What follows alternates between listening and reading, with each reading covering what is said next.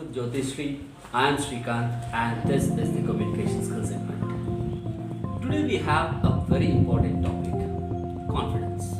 So, what is confidence and how to be confident and what is the role of confidence in communicating effectively?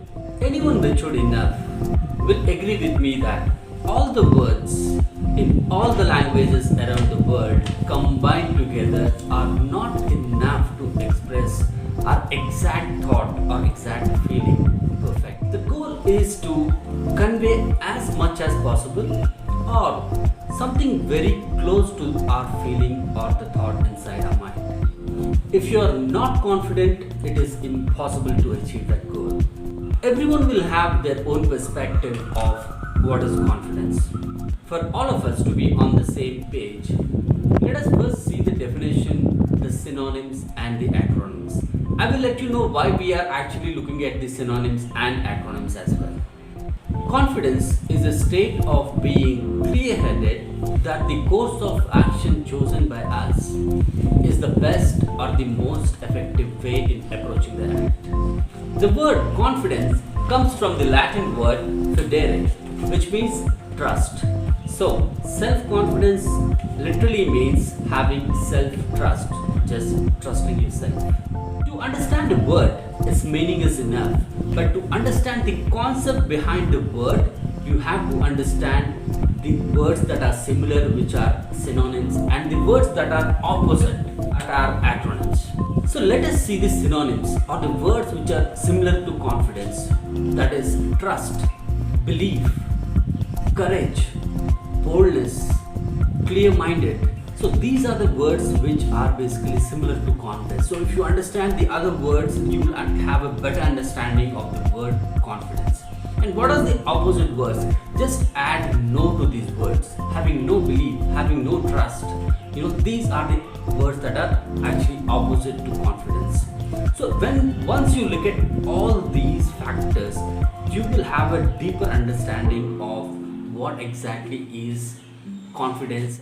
Until now, we have discussed what is this session all about. Now let's start the session. I strongly believe that, and I am confident that confidence is not just a feeling. It's an art which can be mastered with practice.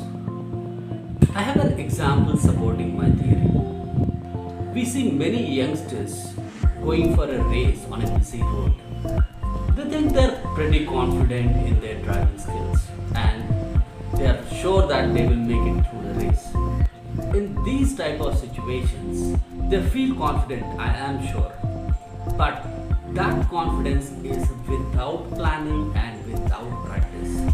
So any act of dare without planning and without practice is pure madness. The only reason they will make it through that race is called pure luck. As we all know that you can only control your vehicle but not the other vehicles on the road. So no matter how good you are at driving, you can never ever win the road. So to be confident, it is very important to plan, practice and execute. So now let us plan how to speak or communicate effectively with confidence. First, let's see the prerequisites. Number 1, minimum vocabulary. The reason I'm saying minimum is always keep adding words to the dictionary inside your mind. So it's a continuous process of improvements. Just to have a conversation or to speak in public, make sure that you have the minimum words to make sentences. And make sure you're making simple sentences while speaking to others or speaking on a public platform. The moment you start making complicated sentences or getting into a story, you tend to make more and more mistakes. Number 2, intent of approach.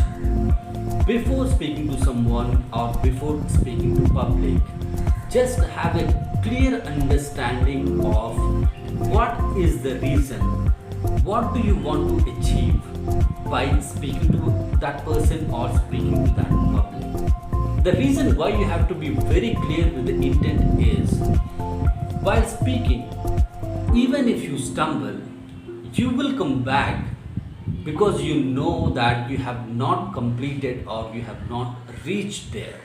So, the moment you reach your goal or the moment you have achieved whatever you want to achieve with that conversation, then you stop.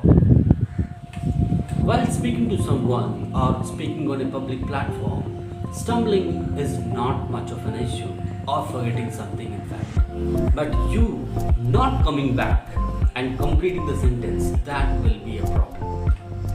And before your conversation, when you're planning, make sure in your mind you are thinking in the same language of your speech. That will help you a lot. Spontaneity is not a must.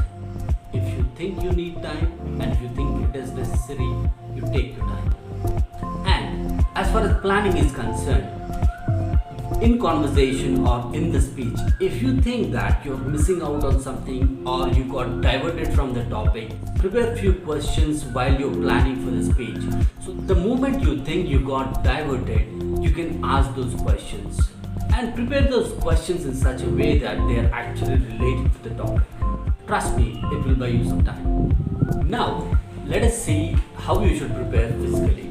For beginners, it is very important to have a proper attire.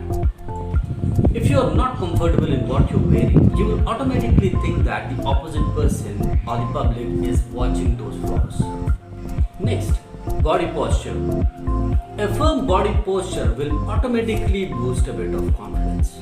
Next, for the conversation to run smoothly, have a gentle smile and be a very good listener. Next, practice.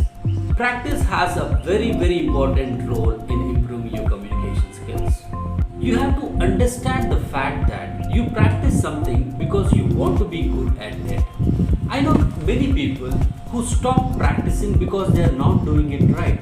You are missing the whole point. The only reason why you are practicing is because you were not doing it right. So, practice speaking. Not inside your mind, it must be out in the open. But preferably when you are alone, just to avoid awkwardness. Just pick a topic. Don't worry about the words. Don't worry about the grammar or the sentence structure. Just make sure that the topic has a beginning and an end. And make sure that you reach a time of 5 minutes speaking that topic. Next, listen to conversations between two people. You can listen to the conversations in a very good movie where you can see our daily activities and how do they actually express those thoughts. That will help you a lot. It is also very important for you to speak to someone. I know most of us feel shyness to speaking to someone in a new language. It's okay. In the beginning, speak to customer care. They will not be making fun of your language. In the beginning, all these activities and actions might be funny, but trust me, during course of time, everything will be in its place. Understand that perfection is an ideology. It's not a place or position where you can reach in a day or two. Finally, break the wall. Yes, the only thing that is stopping you from being confident is the barrier, is that wall, that imaginary wall that you created in your mind which tells you can't do it. Any reason which supports that wall, supports that barrier with some XYZ reason is a pure illusion. The next major barrier or the major wall on the way is disappointment. We tend to get disappointed because we have not reached our expectations. How to overcome disappointment? Once you master this area, trust me, you will not be afraid of making a mistake or falling down because you will never ever stop trying.